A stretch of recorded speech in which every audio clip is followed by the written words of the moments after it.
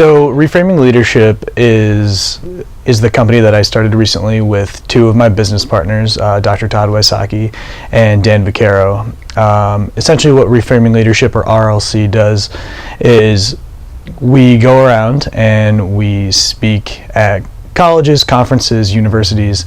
A lot of the things that we talk about are the 3 C's, which are connecting, caring, and changing, and we believe that that's kind of the foundation of accessible leadership, which is our kind of take on leadership.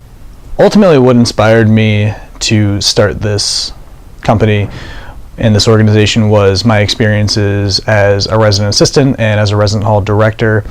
I realized from that point that being an RA was really the thing that I wanted to do, or being an RD was the thing I wanted to do. I wanted to work with students. I wanted to give back to students because it was honestly one of the best experiences that I've had. One of the most rewarding moments thus far for Reframing Leadership, at least in my experience, has been after doing a session. Actually, it was very recently doing a session at Syracuse University.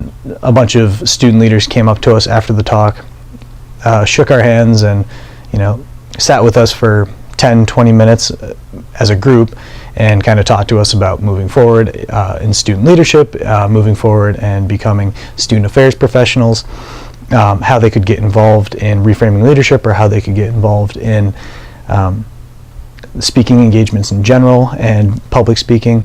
And that was a really meaningful moment for us.